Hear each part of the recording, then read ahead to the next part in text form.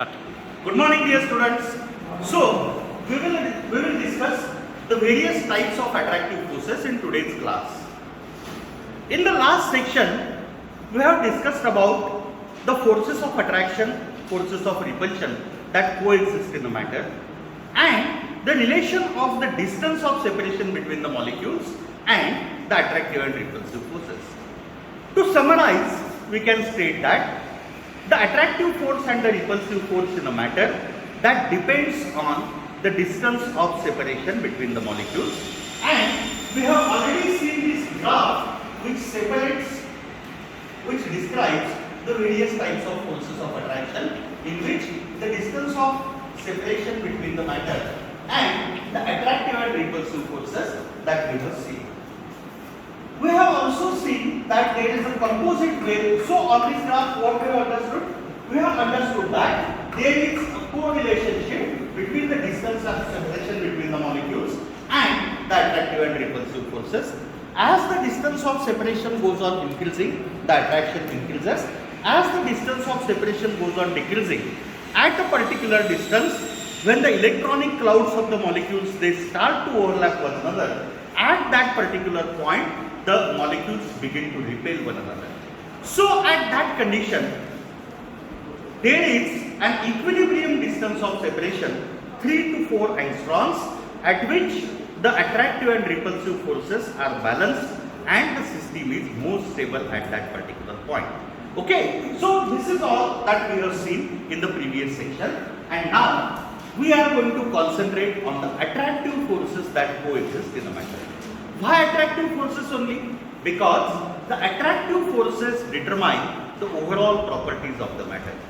In the solids, there are strongest force of attractions between the molecules, atoms or the ions, whereas in the gases, they are the weakest one.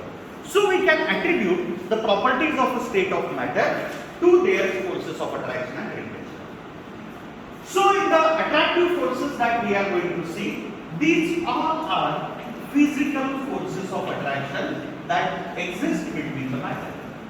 Amongst these physical forces, as we compare physical forces with chemical bonds, as compared to the chemical attractive forces, the physical forces of attraction are comparatively weaker.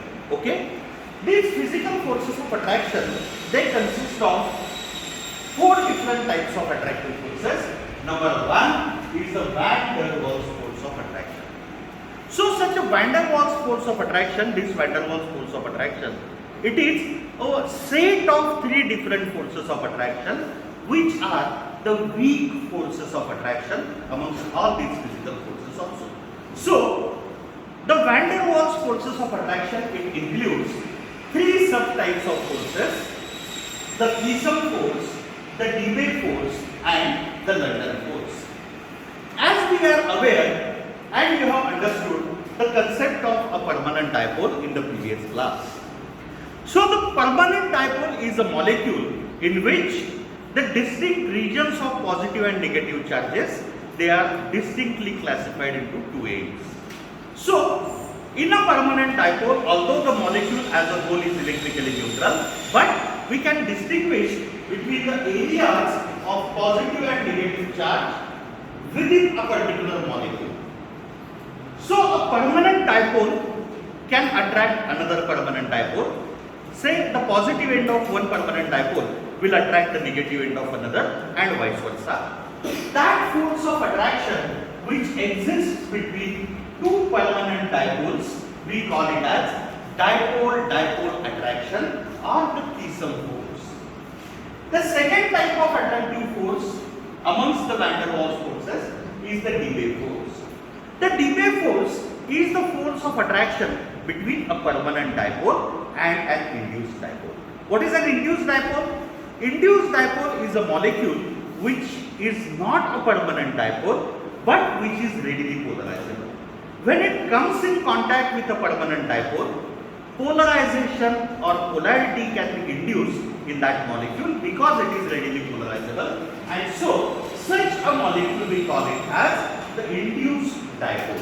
So an induced dipole, once the polarity is induced in it, it behaves like a permanent dipole. So it can have an attraction towards the permanent dipole, just in a way similar to that of dipole-dipole attraction. Such an interaction between a dipole and induced dipole, we call it as the D-wave force.